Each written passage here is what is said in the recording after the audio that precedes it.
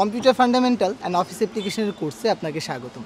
আজকের এই ভিডিওতে আমরা আপনাদেরকে জানাবো আমাদের কম্পিউটার স্কুলের নতুনদের শেখানোর যে জার্নিটা আছে সেটা কিভাবে পরিচালিত হয় এবং কোর্সের আউটলাইনে কি আছে সেই ব্যাপারগুলোতে, যেন আপনারা ইজিলি ডিসিশন নিয়ে ফেলতে পারেন যে কম্পিউটার স্কুলের এই কোর্সটি আপনাদের জন্য প্রযোজ্য হবে কি হবে না। প্রথম ধাপে আমরা একেবারে কম্পিউটার অন অফ করা থেকে শুরু করে সেটিং সিস্টেম কাস্টমাইজেশন এবং বেসিক হার্ডওয়্যার এবং সফটওয়্যারের ব্যাপারগুলো জেনে থাকি। এরপর বাংলা, ইংরেজি, আরবি, উর্দু এই 4টি ভাষার টাইপিং খুব ভালোভাবে শেখানোর চেষ্টা করি।